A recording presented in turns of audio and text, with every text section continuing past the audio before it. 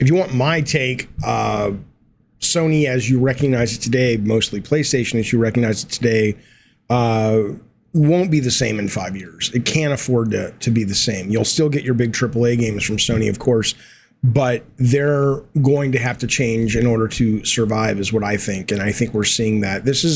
People were asking me, I talked about it on the live stream a couple of days ago, but I've been getting specific questions about the Microsoft, I think it's like a 27-page document that they sent to the regulatory body in Brazil. I think it's the acronym is CADE, C-A-D-E. I don't know what that means.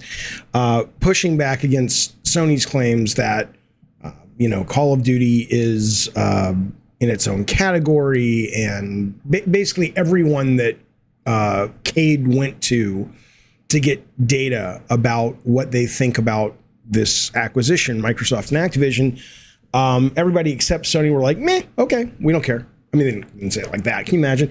But they were just like, it's fine. And what do you expect Sony to say, right? I mean, this wasn't necessarily coming. It wasn't definitely coming from the head Sony council. This was a couple of outside guys that Sony had hired that are not officially Sony employees, from my understanding. So, I mean, it's important. But I think, Sony kind of stepped in it with some bad PR, in my opinion, but it's not going to hurt them about, sorry, what's happening? I think I ate it doesn't matter what I ate, does it? You want to hear fine. Basically, they kind of stepped in it in PR. I don't think that's going to hurt them, but when they were kind of saying, no other studio, no matter how much money, can compete with Call of Duty, it kind of made their studios look shitty, but it's whatever. That's not going to affect anything. But Activision Xbox pushed back in this 27-page document and pretty much slapped Sony down and was like, that's dumb. That doesn't even make any sense. And they were right. And I think Sony knew that. Sony had to say something. They couldn't say nothing. I don't think Sony I think it's clear Sony knows they don't have a pot to piss in when it comes to legally blocking this. At least if what the concerns of the Brazilian regulatory body are saying, and if those are similar to concerns that other regulatory bodies, many of which would make a bigger dent if they said no, like the FTC, I don't think Sony thinks this isn't going to happen. Maybe they're hoping they can hold it off as long as possible, but and then the news came out. It's like, oh yeah, and by the way, Sony pays developers and publishers not to have their things on Game Pass. And some people seemed a little upset by that. I'm like, okay, that's business. That's cool. That's competition. I see zero problem with that. I think, Sony has to fight. Xbox has to fight. That's the job. That's the business they're in. I would be surprised if that hadn't been happening, right? Michael Pachter came out and that's the whole story. Michael Pachter came out. Good night.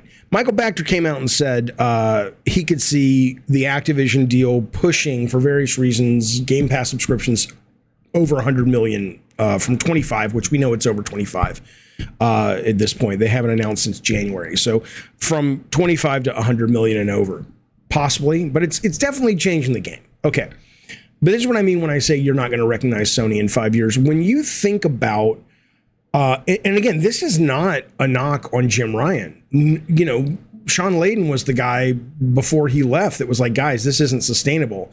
The house we've built, the foundation we've built our house on, we can't keep doing this. It's just not working. It won't continue to work, right? And that's a whole other thing. If you're curious, Google it, or I'll talk about it later if you want to hear. But we've talked about it before.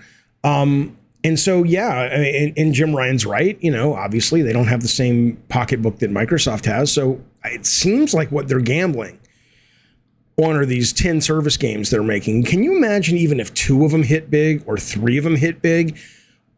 It wouldn't be the Sony you know and love. I mean, they would still put those games out, I'm sure. Maybe not to the cadence they put them out now. But, I mean, can you imagine if Sony had their own Fortnite in terms of that level of success, Rocket League in terms of that level of success, and Fall Guys? Like, we know most of these are going to fail, not because Sony's bad, but because these things are really hard to figure out, how to make a hit in that space.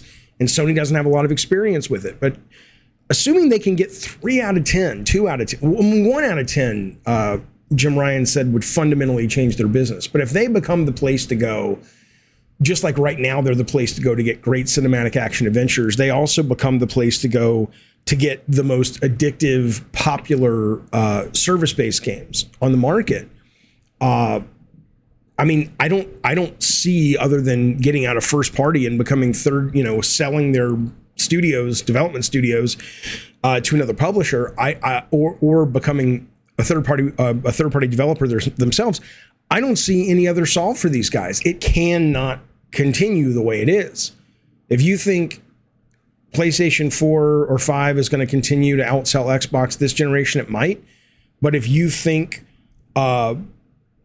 Xbox is not carving out and rolling down the path of what the future of sort of core games look like, I think you'll be disappointed. Do I think Sony can take them? I think Sony is much more artistic. I think they're more creative. I think they are they're obviously better at production.